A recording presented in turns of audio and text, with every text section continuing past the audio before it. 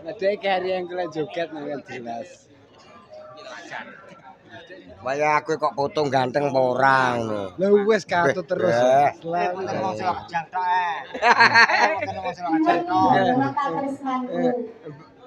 Tukang golek rosokane ganteng kok elek. Kok delok.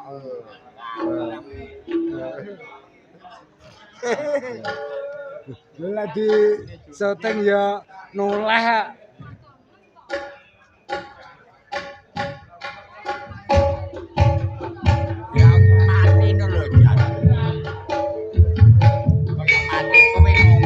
Hah?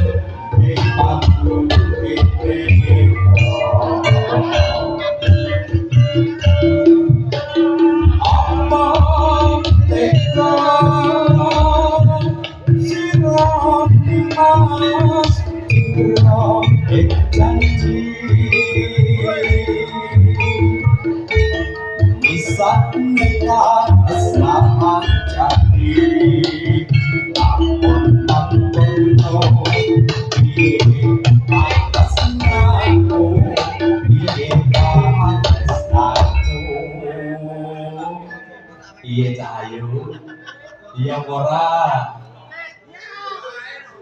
Mongko nimas kang tresnanmu,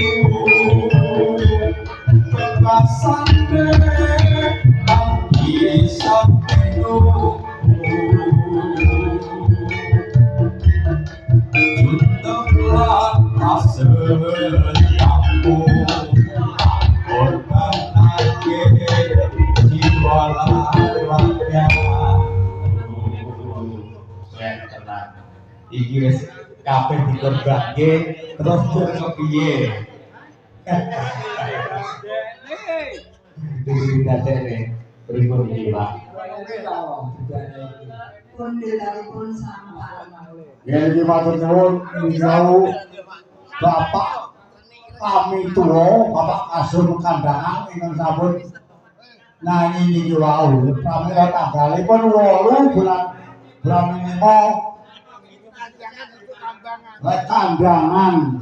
Lah niku wau mugi badhe angaturaken acara bersih desa tanggalé 8 malam songo dinane Jumat Kliwon malam Sabtu Legi. Lah niku tanggalé 8 malam songo Pak nggih. Lek tukang tayub diarani dinane Jumat Kliwon Sabtu Legi. Loh, kok ngerti tanggalé pira ora? Nah niki tanggalé 8 malam songo. Wis pandegane Bapak Marsono Kedut. Lah niki sing dhuwur busak Kandangan bose tebu. Lha iki pas ana Kedut iki sing tanggung jawab. Monggo dikira apa-apa.